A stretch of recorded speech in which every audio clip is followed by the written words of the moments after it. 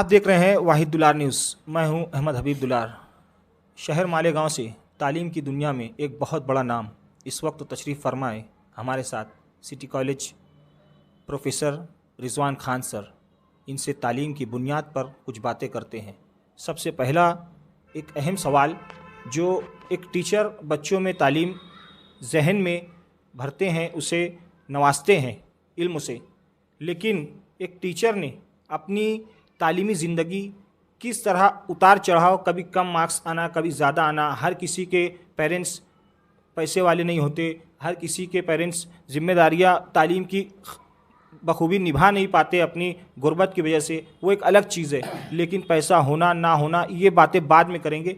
पहले तालीम को लेकर एक स्टूडेंट अगर उसकी ज़िंदगी का असल उतार चढ़ाव मार्क्स को लेकर होता है कि मैंने सोचा था मेरी इतनी मार्क्स आई, इतनी कम आई, उसका हौसला टूटता है, तो क्या रिजवान खान सर की लाइफ में भी ऐसे मोड़ आए और इन्होंने किस तरह अपना तालीमी सफ़र मुकम्मल तौर से तय किया ताकि एक बड़े नामवर टीचर शहर मालेगांव के तलबा स्टूडेंट्स के जहन में ये बातें उनको पहुंचा सके, ताकि उन बच्चों का हिम्मत हौसला आगे कभी टूटे ना और तालीमी सफ़र बखूबी पाया तकमील को पहुँचे। जानते हैं रिजवान खान सर से। सब तो पहले मैं हमारे शहरियान को मुबारकबाद पेश करूंगा कि आज हमारा शहर तालीमी एतबार से काफ़ी बेदार है। तालीमी तौर से हमारे पास काफ़ी स्कूलें हैं, कॉलेजेस हैं, जूनियर कॉलेज काफ़ी है और अल्हम्दुलिल्लाह बच्चे पढ़ते भी हैं और 10वीं और 12वीं का रिज़ल्ट भी अल्हम्दुलिल्लाह बहुत अच्छा आता है। मगर हमारे शहर का अलमिया है कि आगे तालीम हासिल नहीं कर पाते। बहुत परसेंटेज का भी आप देखेंगे तो 12वीं के बाद में जो स्कूल में बच्चे पास आउट होते उसके बाद में उनका हायर एजुकेशन की तरफ रुझान नहीं रहता, वो ड्रॉप आउट हो जाते। तो क्या वजह है उसके अंदर, ये हमारे पूरे शहर की ज़िम्मेदारी है, तालीमी लोगों की भी ज़िम्मेदारी है और सियासी लोगों की भी है और सबसे बड़ी ज़िम्मेदारी हमारे उलमा कराम की भी हो गई अब, क्योंकि लोग उलमाओं की ज़्यादा सुनते हैं हमारे शहर में भी और आलम इस्लाम में भी, कि उनका बोलने का असर पड़ता है। वो अभी हम सब ने इस इलेक्शन में भी देख लिया है कि मस्जिदों से बोलने के बाद में बड़ी तादाद में लोग वोट डालने के लिए भी आए और ईमानदारी से वोट भी डाला। दूसरी बात है तालीम की बात है कि तो हमारे मज़हब ने बोला ही गया, सबसे पहले हमारे ही एक मज़हब ऐसे है, मज़हब इस्लाम एक है जिसके अंदर बोला गया है कि तालीम सबसे ज़्यादा अहम चीज़ है। चीन भी जाना पड़े तो आप तालीम हासिल करो, ये तो इरशाद नबवी है और कुरान की पहली आयत ही कि तालीम से, इसकी शुरुआती तालीम से हमारे हुई है। मगर हमारे मुस्लिम छोड़ के सारी कौम के लोग तालीम पे अहमियत दे रहे और उसको हासिल कर रहे। तालीम के बिना ना इज़्ज़त है, ना शोहरत है, ना दौलत है, जो भी है वो तालीम से है। हमारे पास जो स्कूलें जो चलती है, जो जूनियर कॉलेज चलती है, इनका तालीम में बच्चों को संवारने से ज़्यादा अपने आप को संवारने में ज़्यादा ध्यान है। वो उनका बेनिफिट किस में है, उसमें वो चीज़ वो देखते। उन्होंने नए जो टेक्निकल कोर्सेस आए हैं स्कूल से वो चालू करना चाहिए, जूनियर कॉलेज में वो चालू करना चाहिए। जो कंप्यूटर के कोर्सेस आए हैं, जो पैरामेडिकल के कोर्सेस आए हैं, जो मेडिकल के कोर्सेस है, जो टेक्निकल कोर्सेस आए हैं जैसे ITI के हुए, ये हुए, जिसमें डायरेक्ट हमारे बच्चों को रोज़गार मिलेगा, एक हुनरमंद बच्चा होगा। आज जितने हॉस्पिटल्स मालेगांव में हैं, इतने आबादी के अंदर, और जितना अल्हम्दुलिल्लाह बाहर के पेशेंट भी मालेगांव में आते हैं कोरोना के बाद से, तो काफ़ी बड़ी तादाद हो गई। वो हिसाब से हमारे पास टेक्निकल, मेडिकल के, पैरामेडिकल के स्टूडेंट्स स्टाफ नहीं है। वो रेडियोलॉजी के वास्ते हो कि पैथोलॉजी के वास्ते हो कि कोई भी बच्चा 10वीं पास बच्चा वो काम करने लगता है, जो कि वो एक्सपर्ट नहीं होता।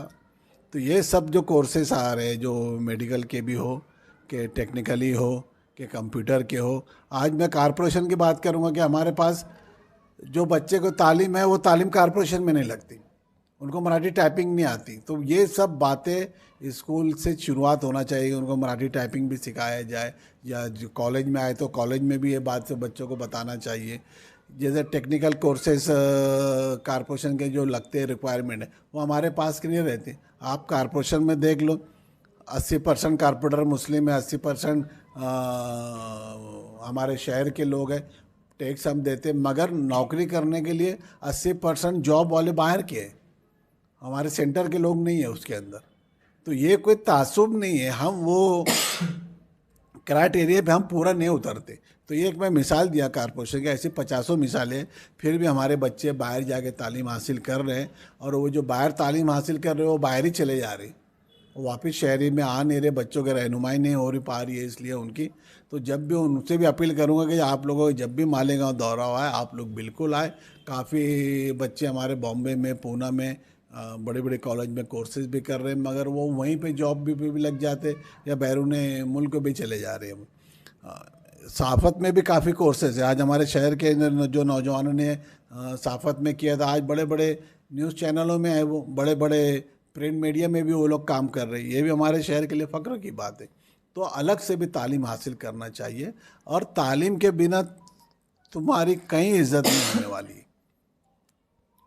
सर, आपकी लाइफ में जो तालीम में उतार चढ़ाव मार्क्स को लेकर या वक्त और हालात को लेकर, इस बारे में तलबा को जो कॉन्फिडेंस उनका ना टूटे, कायम रहे, इस पर आप क्या बताना चाहेंगे, आपका गुजरा हुआ तालीमी सफ़र?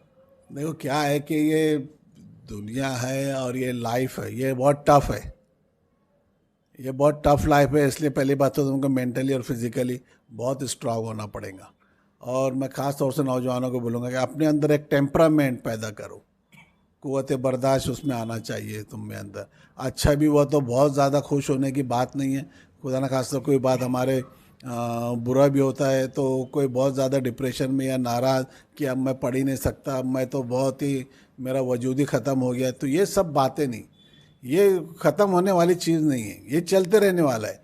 हम सर्विस में भी आया हूँ मैं, तो कभी कोई अच्छी बात भी होती, कोई बुरी बात भी होती। मैं तो सियासी भी हूँ, कभी कोई अच्छा रिस्पांस आता, कभी नहीं आता। ये तो चलते रहने वाली चीज़ है, और ये तो पार्ट ऑफ लाइफ है।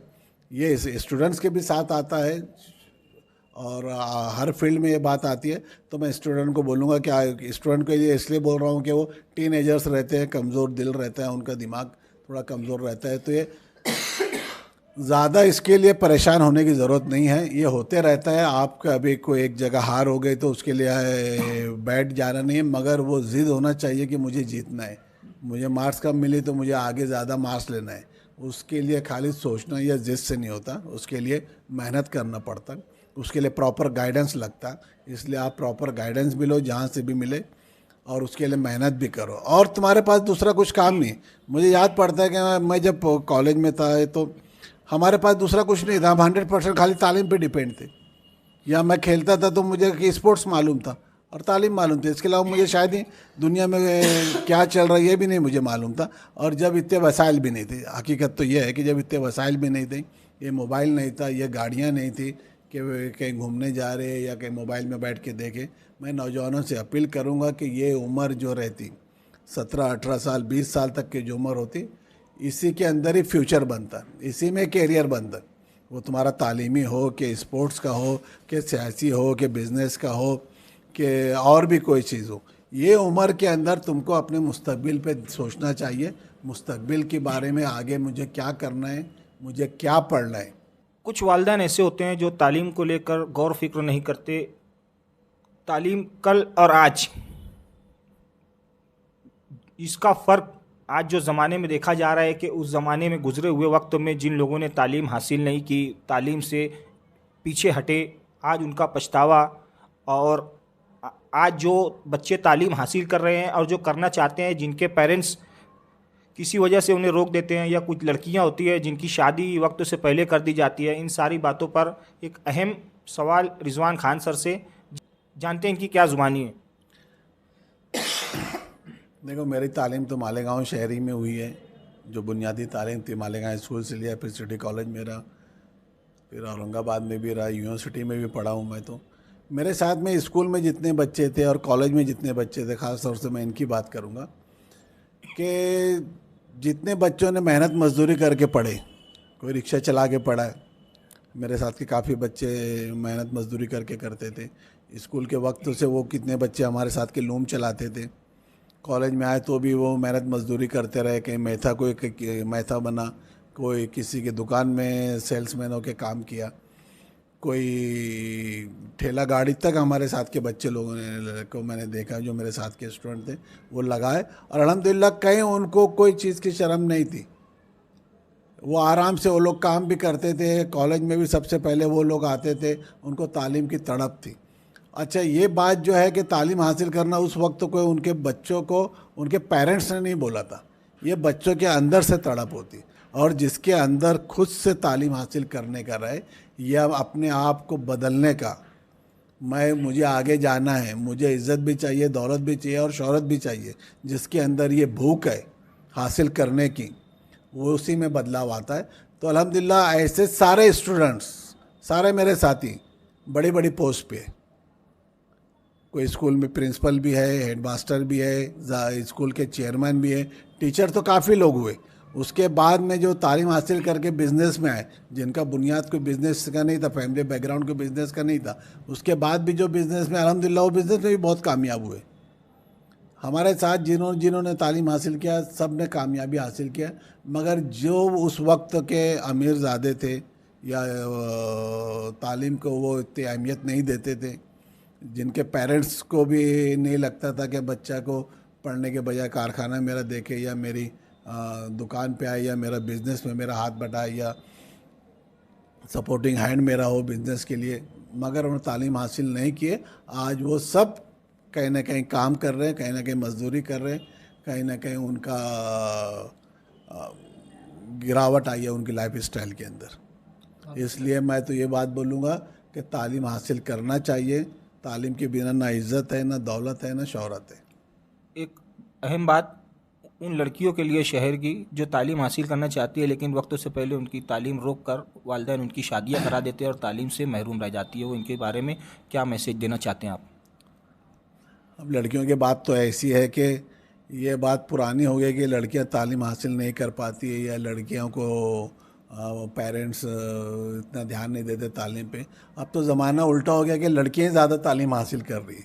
पहले मैं देखता था कि इंजीनियरिंग के अंदर ख़ास तौर से मेरा बड़े भाई एहसान सर VGTI में इंजीनियरिंग जब वो करते थे तो उनकी कॉलेज में उनकी क्लास में एक लड़की थी, मगर आज पूरा के पूरा क्लास लड़कियों से इंजीनियरिंग के अंदर, जो मुश्किल कोर्स है लड़कियों के लिए, वो मुश्किल कोर्स है तो भी सबसे ज़्यादा लड़कियां उसमें जा रही, कंप्यूटर में भी उसमें जा रही। आप CET के रिज़ल्ट देख लो 12वीं के बाद का, उसमें भी लड़कियां आ रही है। उसके बाद में 10वीं 12वीं के अंदर भी जो महाराष्ट्र में भी जो टॉपर है वो लड़कियां ही है। मगर हमारा जो मज़हबी बैकग्राउंड रहता है या हमारा जो माशरा रहता है उसके अंदर लड़कियों को तालीम को थोड़ा मायूब समझा जाता है। तो ये पेरेंट्स से भी मैं गुजारिश करूँगा कि अब कंपटीशन का ज़माना आ गया, सब ने तालीम हासिल कर रहे, और एक लड़की तालीम हासिल कर रहा तो पूरा ख़ानदान संवरता। ये हमारे ही मज़हब ने बोला है, तो बच्चों को तालीम हासिल करने दो और एक बार अपने मजबूती से पैर पे खड़ा। आज हर कोई चाहता है, एक ये मोबाइल से या जो हमारा कल्चर हो गया है, हर कोई चाहता है इंडिपेंडेंट होना, हर कोई चाहता है कि मैं अपने पैर पे खड़ा हूँ, हर कोई चाहता है कि मैं अपना डिसीजन लूँ। इसको तुम बदल नहीं सकते। इसलिए जो बच्चियाँ तालीम हासिल करना चाहती है, तालीम हासिल उनको करने दो। शादी ब्याह ये तो एक इस्लामी फरीज़ा तो है ही, उसके अलावा ये तो माशरी ज़रूरत भी है, इंसानी ज़रूरत भी है। शादी ब्याह तो होना चाहिए और वक्त पे होना चाहिए, ये बात भी बोलूँगा। मगर हर चीज़ को कामयाबी के लिए थोड़ा सा कहीं ना कहीं कुर्बानी देना पड़ती है। इसलिए पेरेंट्स हो कि स्टूडेंट्स हो, थोड़ा सा अपने किसी न किसी चीज़ को कम ज़्यादा करके तालीम हासिल करना ही चाहिए।